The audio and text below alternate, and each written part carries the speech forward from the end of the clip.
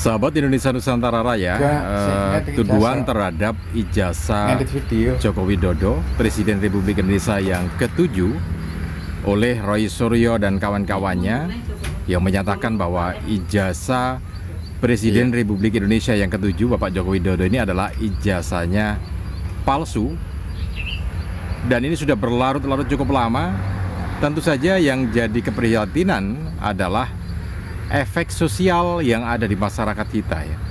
Jadi pergerakan sosial masyarakat, keretakan hubungan sosial masyarakat di dunia maya ya, di media sosial, YouTube, kemudian Facebook, TikTok dan juga yang lainnya, itu sangat-sangat nyata, sangat dirasakan gitu ya. Karena itu ini kan jadi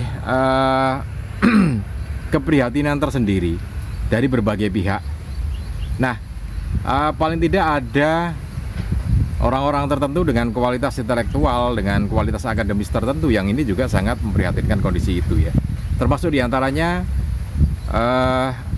Ibu Eli Danetti, pengacara Bapak Egy Sujana, yang juga sempat menyampaikan bahwa ijazah Presiden Republik Indonesia yang ke-7 adalah asli itu ya.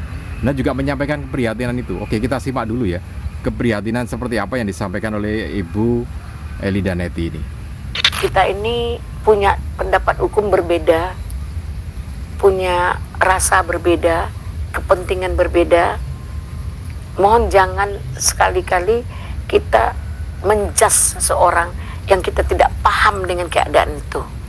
Jadi kenapa kita merasa kita udah merasa segalanya, padahal sempurnanya kita ini ketika kita bersama, saling memahami dengan segala kekurangan. Jangan menyalahkan orang. Emang kita siapa? Semua punya keterbatasan.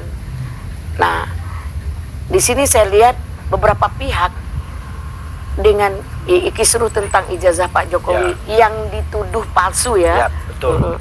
Nah, itu benar. Nah, di dalam hal ini sibuklah. Saya melihat, saya diundang oleh beberapa TV untuk berdebat, saya nggak mau. Karena suami saya nggak izin. Saya punya temperamen, mereka punya temperamen, nanti akan membuahkan hasil yang tidak bagus tentang hubungan, ya. Antar pribadi. Padahal pendapat itu jangan merasa pendapat kita yang benar. Pendapat kita begini, merasa pendapat dia yang benar, kita nggak mau. Emang Ibu lihat perdebatan itu ujung-ujungnya bertengkar gitu? Makanya saya lihat di setiap berdebat itu malah mengurangi persahabatan. Jadi itu yang disampaikan oleh Ibu Eli Danetti ya.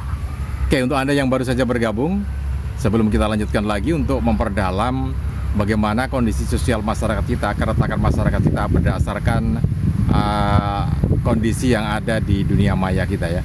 Anda yang baru saja bergabung, jangan lupa tekan tombol subscribe-nya terlebih dahulu, kemudian tekan tombol loncengnya, dan juga tekan tombol like, kemudian share video ini ke teman-teman Anda.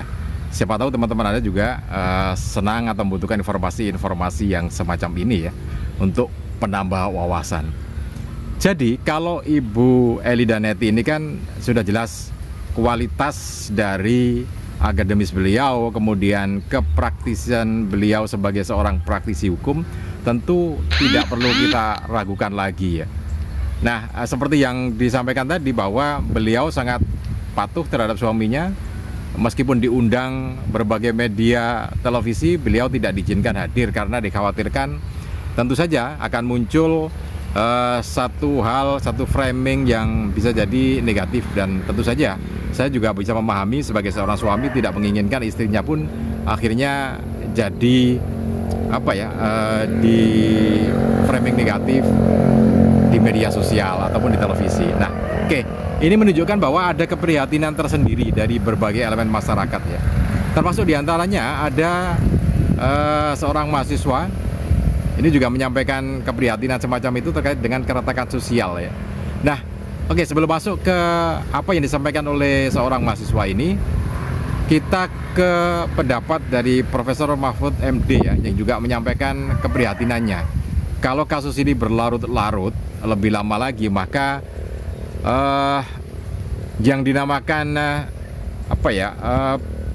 perubahan ataupun perilaku masyarakat itu berpengaruh terhadap kondisi itu gitu ya. Misalkan sampai penyebutan kata-kata yang tidak pantas untuk diucapkan, misalkan ternak gitu ya. Itu kan sebetulnya untuk ini apa? Untuk binatang ternak gitu kan itu, tapi kan dipakai untuk menyebut manusia. Nah itu kan hal yang seharusnya tidak boleh kan gitu, tidak etis gitu ya, tidak etis, tapi tetap dipakai. Kemudian juga untuk kawannya lainnya. Nah itu yang sempat disampaikan oleh Profesor Mahfud MD.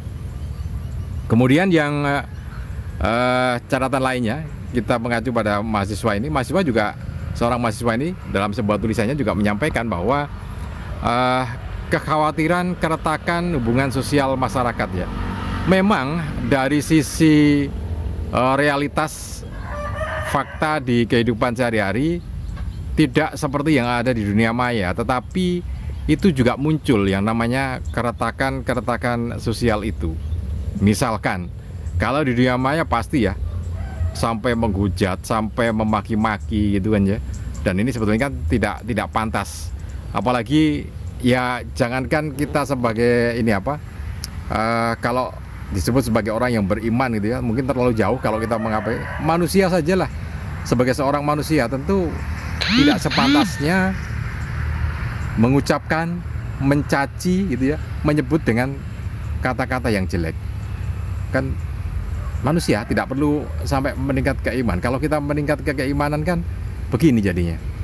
Seberapapun jelek yang ada di luar gitu ya, ini prakteknya ya, seberapapun menjengkelkan komentar-komentar yang ada di media sosial. Karena begini loh, ketika itu pendukungnya yang menyatakan ijazah itu asli gitu kan, otomatis kan diserang sama kelompok lain yang atau masyarakat lain yang menyebut atau berpendapat itu palsu gitu.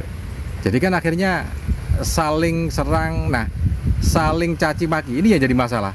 Sebetulnya kalau mereka berbeda pendapat kemudian bagus dalam berkalimat berucap ya nggak ada masalah gitu ya. Jadi kembali ke apa yang sampai saya kan di awal tadi, bahwa ketika menjengkelkan, semenjengkelkan apapun komentar orang-orang yang berseberangan dengan kita gitu ya, sejelek apapun komentar orang-orang yang tidak sependapat dengan kita, tapi sebagai manusia, sebagai orang yang beriman, tentu kan standarnya kalau beriman kan ucapan yang kita keluarkan tetap bagus, tetap menyenangkan orang lain, kan begitu standarnya, kan begitu. Jadi seburuk apapun kondisi di luar kita, kemudian kita proses dalam hati kita, kemudian ketika kita mau mengeluarkan komen atau pembicaraan, tentu sudah disaring kemudian hal-hal yang baik, mestinya seperti itu. Tapi kan yang terjadi di dunia maya tidak seperti itu, caci maki dan segala macam. Kalau seandainya itu bisa bagus gitu kan mending gitu ya, enak. Jadi ya bayangkan aja kalau kita di media sosial kemudian semuanya adem gitu kan enak, karena ya sangat sebetulnya sangat terbelah gitu ya. Dan itu jadi masalah dalam hubungan sosial. Nanti kita lihat sebentar lagi realitasnya di dalam masyarakat sendiri seperti apa, bentuk kecilnya seperti apa gitu ya. Oke, tentang bagaimana realitas di masyarakat gitu ya. Jadi meskipun memang tidak ada data bahwa orang berkelahi, bertengkar di mana, di dunia nyata itu hanya karena permasalahan ijazah Pak Jokowi, itu sampai sekarang memang belum ada gitu ya, orang yang berkelahi karena permasalahan ijazahnya Bapak Jokowi. Kalau di pemilu dulu kan ada orang yang berkelahi gitu ya, meskipun disayangkan gitu ya. Nah tapi dalam dialog keseharian itu kadang ada muncul yang semacam itu, orang yang meyakini kebenarannya bahwa ijazah itu asli gitu ya, kemudian bertanya pada temannya dan ternyata temannya berseberangan keyakinannya, itu juga bisa jadi ribut. Nah itu adalah realitas yang ada di masyarakat kita gitu ya.